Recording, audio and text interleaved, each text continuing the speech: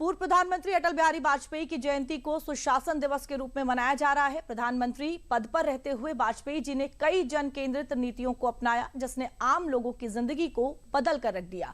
अटल जी के दृष्टिकोण को केंद्र में रखकर और उनकी सोच को आगे बढ़ाते हुए प्रधानमंत्री नरेंद्र मोदी आज भारत के विकास को नई दिशा देने में जुटे हैं। हमारी ये खास रिपोर्ट देखिए।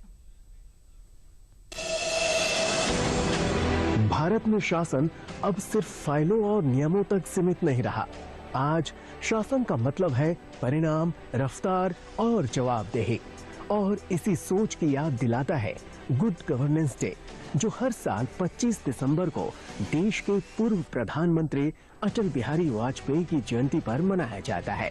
ये दिन याद दिलाता है कि सुशासन सिर्फ प्रशासन नहीं, बल्कि आम नागरिक की जिंदगी आसान बनाने की प्रक्रिया है। पिछले 11 वर्षों में प्रधानमंत्री नरेंद्र मोदी के नेतृत्व में सुशासन को नारे से निकालकर सिस्टम का हिस्सा बनाया गया। सुशासन ही राष्ट्र की प्रगति की कुंजी है। आज जमीन पर उतरता हुआ दिखाई देता है। इसका सबसे बड़ा प्रमाण ये है कि एक दशक में 25 करोड़ से अधिक भारतीय गरीबी रेखा से बाहर निकले, जो अपने आप में एक बड़े सामाजिक बदलाव की कहानी कहता है।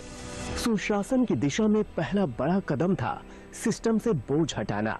इसी सोच के तहत सरकार ने लगभग 1600 पुराने और अप्रासंगिक नियमों को समाप्त किया, जो समय के साथ बेकार हो चुके थे और निर्णय प्रक्रिया को धीमा कर रहे थे।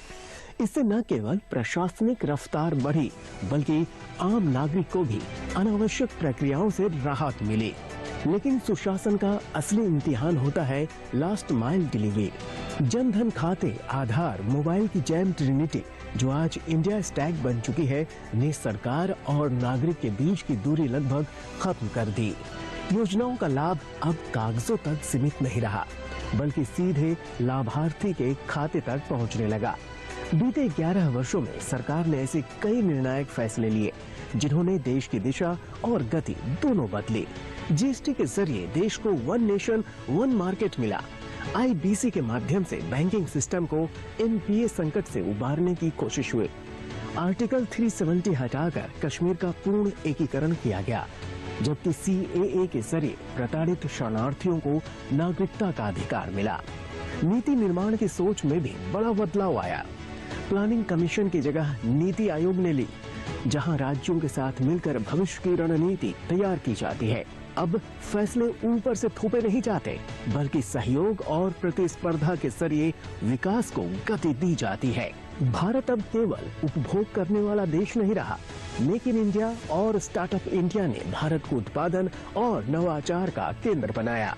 2014 में जहां स्टार्टअप्स गिने चुने थे, वहीं आज देश में 1.6 लाख से ज्यादा स्टार्टअप्स और 110 से अधिक यूनिकॉर्न हैं, जो रोजगार और निवेश के नए अवसर पैदा कर रहे हैं। डिजिटल गवर्नेंस का सबसे बड़ा उदाहरण बना यूपीआई। रियल टाइम डिजिटल भुगतान प्रणाली ने लेन देन को आसान, तेज और पारदर्शी बनाया। आज भारत का डिजिटल पेमेंट मॉडल दुनिया के कई देशों के लिए एक उदाहरण बन चुका है और भारत फिनटेक लीडर के रूप में उभर रहा है। शासन केवल योजनाओं से नहीं, बल्कि संवाद से भी मजबूत होता है। मन की बात के जरिए प्रधानमंत्री ने सीधे जनता से संवाद स्थापित किया, जिससे सरकार और नागरिकों के बीच भरोसा और सहभागिता बढ़ी।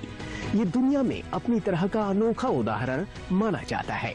चाहे स्वच्छ भारत, पीएम आवास योजना, जल जीवन mission, Ujjwala, Ayush, AI mission या सेमीकंडक्टर मिशन, इन सभी पहलों का लक्ष्य एक ही है, नागरिक को सशक्त बनाना और भारत को विकसित राष्ट्र की ओर ले जाना। आज गुड गवर्नेंस डे सिर्फ एक तारीख नहीं है, ये उन 11 वर्षों की कहानी है, जहां शासन ने खुद को बदला, सिस्टम ने खुद को सुधारा और उसी बदलाव ने भारत को आगे बढ़ाया।